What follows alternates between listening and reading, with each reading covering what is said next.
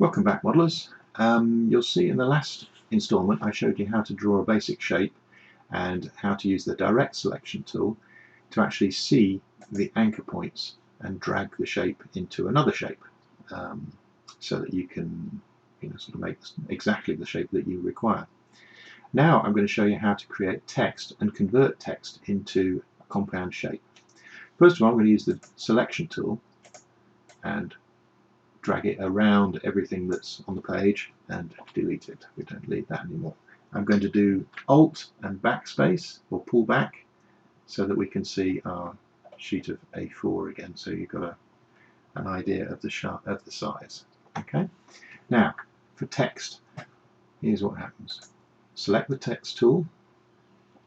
Now up here I've selected a Royal Canadian Air Force 60 080 font. And I've made it quite large. I've made it 72. You can actually go bigger than this if you actually type it in, say 90. Okay. Then we simply type whatever it is we want to turn into a compound shape. In this case, I've typed text. Okay. So now if we go to the selection tool and select it and drag it down. Oops, something strange is going on with my PC. Drag it down. It must have been doing something in the background there. You'll see that the font is correct and the lettering is correct, but it's filled in. So by default, when it does some text, it fills in the font. We don't want that. Okay. So we'll use the pull down. I'm sorry, something's running in the background here. It's possibly some sort of backup, but we'll get rid of the fill and we'll change the outline to be black. Okay, now we have our bit of text that is now in outline. And if we sent it to the plotter cutter, it'd be interesting to see what you get. In fact, let's show you. So direct select, using the select tool, I select that. Now because I have a Robocraft cutter plotter, when I installed the software, it plugged in an add-on into Illustrator which put it into this menu, and then when I go down to Cutting Master Robo 2 Cut Plot, it allows me to send what I've highlighted to the plotter. So if I do Cut Plot and have a look at it, there it is. However, if you cut this, you might find that the font is not actually made up of lines. It's actually made up of rectangles and circles and segments of things. So there's actually a lot more lines in there than you would expect. And it's not really usable. Also, it's very rare for you to actually end up with some text that is exactly the right sort of shape.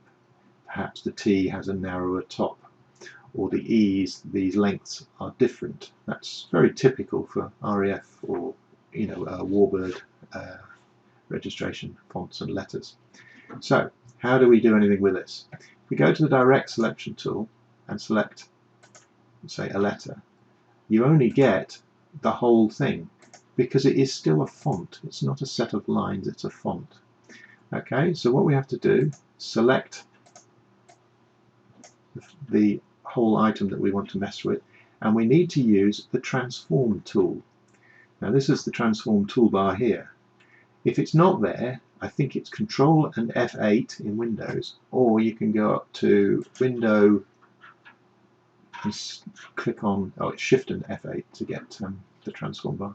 So click there and it will bring it up here, okay, which it's already there. Then click on the Pathfinder tab and then click the down arrow and make compound shape. Okay. Then again, click on the down arrow, expand compound shape. Now you can see that the dots have all appeared. These are the anchor points, same as we saw for that shape we did earlier, but these are the anchor points derived from the font. So it is no longer a font, and it is no longer double clickable and editable. You cannot now go in and change the letters. If you want to TESTW or something, you can't add a W, you can't edit this. It's no longer some text, it is now graphics. Okay.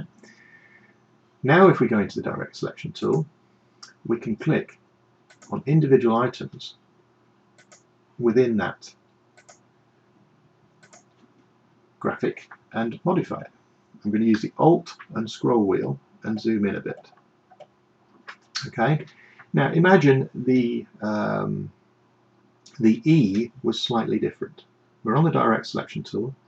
We'll highlight the line that makes up the E. This is a graphic now. You stop thinking of it as an E, but think of it as a graphic.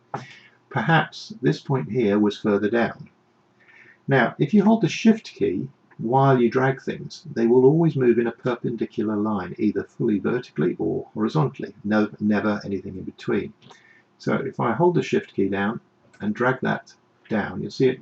It's going to say you can't drag it sideways, but you can. But it sort of locks, or it's weighted towards being perpendicular. Okay, and if I drag that one, oops, it's not the anchor point. See, the anchor point's black. It's not quite right. It needs to be white so that you can drag it.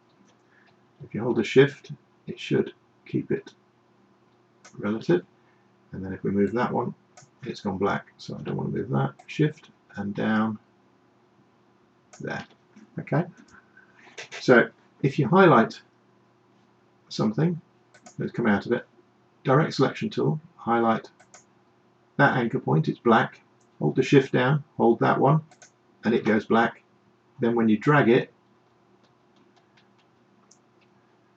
you're dragging both anchor points at the same time. Okay, again, if you hold the Shift key while you drag it, it will keep it, or it'll not keep it, but it wants to stay perpendicular. Okay, this is quite important. Okay, so there you see we've now made the E a different shape. We could also, if we click on this bit here and we click that point and that point, hold the Shift down again and drag that line in, drag that line, oops, it's gone again, that point and drag the line in. For some reason it's not grabbing my points, that point, that point.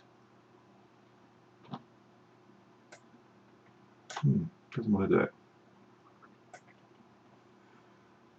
Control Z will always undo anything that happens. So I'm not sure why that's not doing what I would want to do. Anyway, it should have done. But you get the idea. Now it's deciding it wants to do it. I think you've got to hold Shift after you start moving it.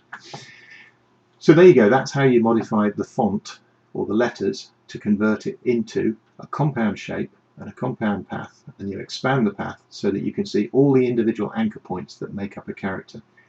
If we look at the S, you can see that if you look at a segment between anchor points that is a curve, like there's a big one here, there's two anchor points joined by a curve. If you click on the curve, you'll see two handles appear.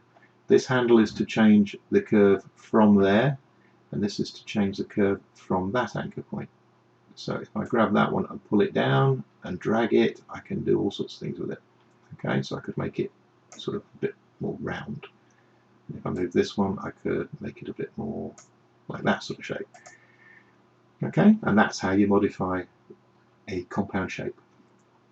Okay, in the next short video I'll show you how to actually use this to create the registration of an aircraft.